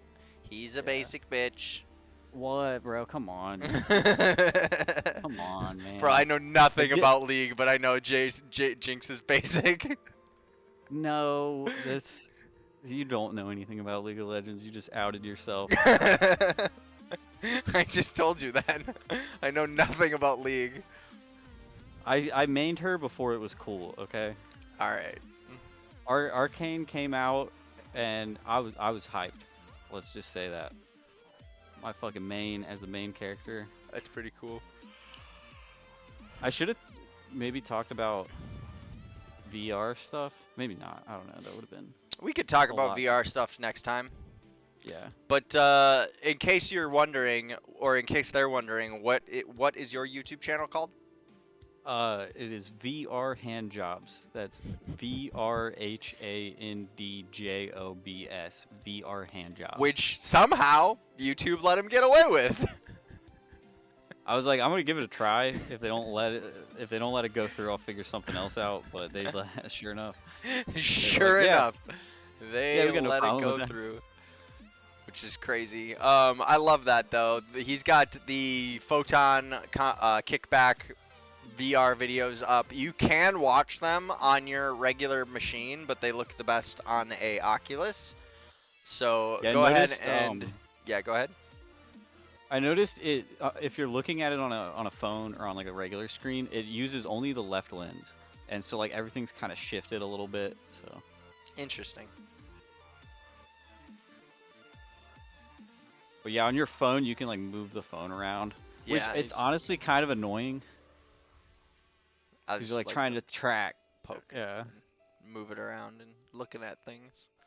It's kind of a Yeah. cool. It's definitely a cool medium. And when VR becomes more of a staple in people's houses, VR light shows and metaverse light shows are gonna be more of a thing, I think. Have you watched any of them with a headset yet? I don't have a headset. I don't have access to a Okay. headset. I don't know anyone with a headset. I've watched all of them. I think I've liked all of them. I don't have a headset. So Yeah. It's honestly pretty surreal, especially getting your own show in VR. It's like, damn, like giving myself a light show right now. yeah, I definitely wanna experience that. So that is definitely a leap that'll take gloving on the internet into a more what's the word I'm looking for? Realistic medium, more appropriate medium, a more encapsulating medium, something like that. One of those three. Yeah, like the big thing with me with VR is like being able to depict size. Like you can see the size that an object is, which is kind of nuts. You know, like you're watching like some VR porn and you look down and you're like, that porn star dick's not even that big. Why is it a universal experience for everyone who buys one of these VR headsets to instantly go watch porn? Tell me why this is a universal experience. Look, human nature, bro. This is We what our just brain wanna is see- wired to We do. just want to see some titties, okay? I mean, what's the first thing you looked up when you were a kid and you got on the internet? Be honest. Facts. Well, how old was I the first time I was on the internet? When you were No. alone. Okay, well, here's the thing. I accidentally found porn on the internet when I was a kid at school because I Oh, was no. looking up at, the periodic table of elements, and I looked up pure platinum, and pure no. platinum turned out to be a porn website. And I was like, click. Wait, I gotta remember that. What was that? And then after school, I went back to it. Control-C. So that was a core memory that I forgot I had. Bookmark. Bookmark. If I wasn't at school, I definitely would have bookmarked it. There's an even better place to bookmark it, and this next person to use the computer's like, what's this? Oh, but then they boot you out of Christian school. Did you go to Christian school? I went to a Christian elementary school before I went to a public school. Okay. It was weird. That's probably why I'm weird. If you're wondering why I'm weird, that's why I'm weird. I went to a regular public school. I'd say I'm probably at least a little bit weirder than you are. Okay, that's probably valid. Yeah. You thought about it for a second. No, I did. I had to weigh the odds there. Weigh the evidence, and no, you're right. You're right. You probably are a little weirder than me, but that's okay because you know what we say around here. I don't know how it's phrased, but I know what you're talking about. I was gonna say it's better to be weird than boring is the phrase. There it is. It's the catchphrase for the show, which is usually how I sign off the show. So we'll definitely be saying it later. But we're actually at a few minutes until the end of the stream here, so I want to run everybody through the stuff. First things first, go join the You Got Moves Discord, because that's where all the G3 info is going to be dropped first, is the You Got Moves Discord. So, yougotmoves.com/Discord. Second of all, go get yourself your tickets, go get yourself your jersey, and go get yourself some white gloves in preparation for the G3 event. All of those things are going to directly support the cause of putting on the greatest gloving gathering. Next, use code JEST3M at amazinglights.com. Use code JEST at starbornuniverse.com, shopstarborn.com. Those places will get me specifically money so that I can keep doing weird things with my fingers, and I appreciate you for doing that. And then the last thing that I have to mention is I am going to be streaming some more video games this weekend. So tomorrow I'm going to be plugging in Apex Legends for the first time in 5 months. A little over 5 months. I took a long extended break from the video game that I played almost more than 6 hours, a little over 6 hours a day for almost 2 years, which is kind of crazy and a little bit too obsessive for almost anything. Rookie numbers. Pump those numbers up. Genuinely for gamers, those are rookie numbers, but like I'm being conservative when I say 6 hours a day. I really don't want to dive that balls deep into video gaming again, but what I do like the idea of is streaming video games for a few hours every weekend for the homies and vibing and maybe being able to create some cool content out of that too. But yeah, so look for the stream tomorrow night and Saturday afternoon for some Apex Legends. And that's really all there is to it. Make sure you drink your guys' some water. And thank you, Scott, for being on the show and sharing all of that crucial information about camera settings, camera quality, camera types with our class. So thanks everyone for being on the stream, and don't forget, it's better to be weird than boring. I have a closing statement. Yeah. If anybody knows Danny, tell him to send me some feed pics, please. Like I said, it's better to be weird than boring. Peace out, y'all.